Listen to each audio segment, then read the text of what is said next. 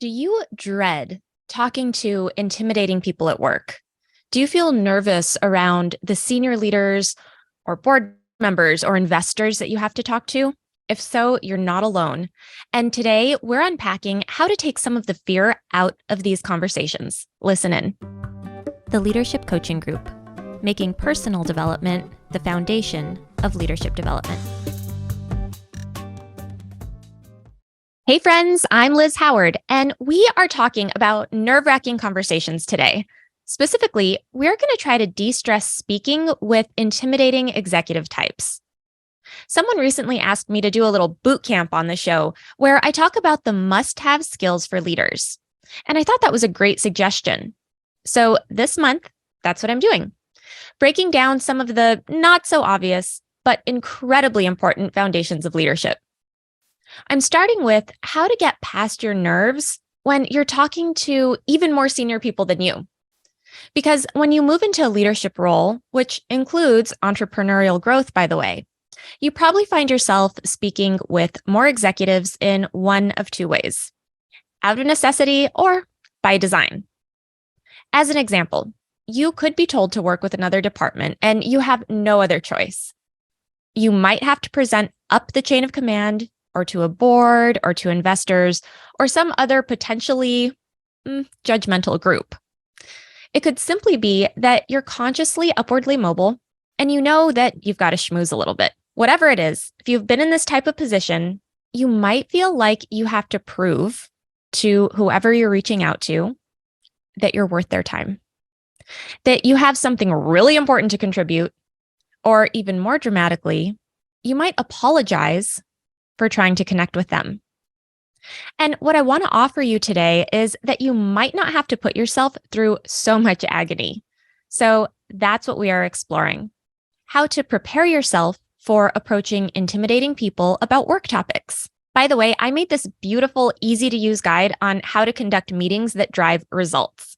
That guide will help you remember all of this. So if you'd like the free guide, go to pages.theleadershipcoachinggroup.com/meetings. I'll have a direct link in the show notes also to make that a lot easier. I know it's kind of long. Okay, so let's break down what it is you're trying to do when you approach the big fancy leaders in an organization. It's really important that you remember, more often than not, you are talking to them about something that will benefit both of you, or at least be interesting to both of you. So if you're clear about what it is you want and why it makes sense for them to listen, that should help calm your nerves a little bit. And this is a foundational point. You need to know who you're talking to, why they should listen, and what you want to see happen from the meeting. So you don't want to walk into a meeting, just give a presentation, and kind of not know why you're there. Here's an example. If I have to present my work to a fancy boss in my organization, I know it's a benefit for both of us. Why? One, because nobody knows what I'm working on better than me. Therefore, I have insightful and thoughtful information about it. Two, I'm working towards something that benefits my company. I know my boss's job is to ensure that my department, or even our whole organization, is doing something for the benefit of the company. Therefore, we are in alignment. So I can understand that this meeting is of benefit for both of us. This fact alone helps ground me in a sense of calmness and confidence. And spin this however makes sense for your situation. Like if you're talking to investors and you're sweating bullets over the whole thing, think of the mutual benefits. So one, you're pursuing funding and they might be willing to back you. That's exciting.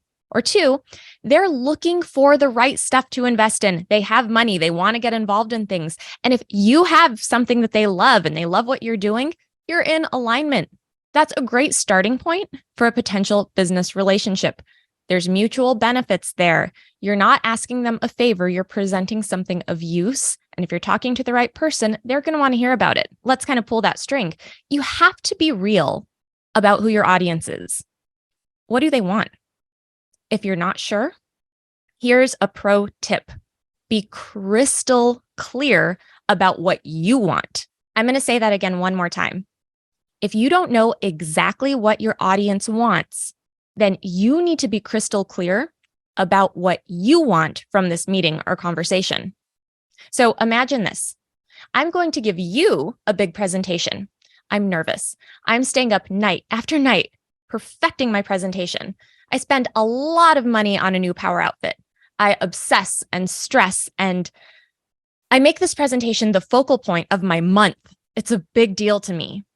Then I stand up with my polished presentation and my power suit, and I clearly tell you that I am so excited to talk to you about investing in me and my company to make us more profitable as an entirely digital entity. You might think that's kind of cool or interesting, but unless this is something that you personally invest in, you probably wouldn't care because that's not what you do. Unless it is, then call me. But if the topic is irrelevant to the audience, then no amount of prep and stress is going to make your conversation or presentation good enough. They're not the right people. Your topic has to be relevant to your audience. Start there. In a perfect world, you would ask beforehand to ensure that you're talking to the right person, or to be sure that you're bringing up the right material for whoever's interest. That would really help. But if for whatever reason you're unable to do that, here's the next best thing. State up front in about one sentence what your presentation is going to be about or why you're having the conversation. So for example, hey boss, I've prepared a presentation to discuss last quarter's sales trends for today's meeting.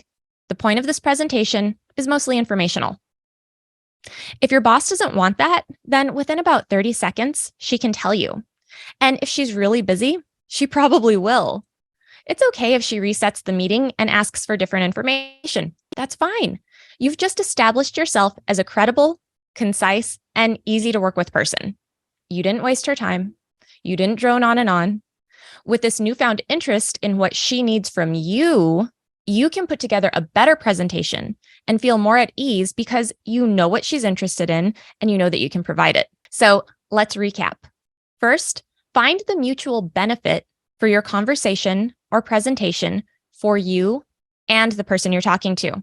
This is good for your nerves. 2, do your best to cater your content to your audience. And 3, be crystal clear about what you're going to talk about immediately when you begin speaking and know what it is that you're trying to accomplish. All right, I hope this helped calm your nerves and gave you some ideas on how to prep more efficiently for any intimidating meeting or conversation. Don't forget to grab my free guide on how to lead impactful meetings at pages.theleadershipcoachinggroup.com/meetings. And again, there's a direct link in the show notes for you. We'll see you next week.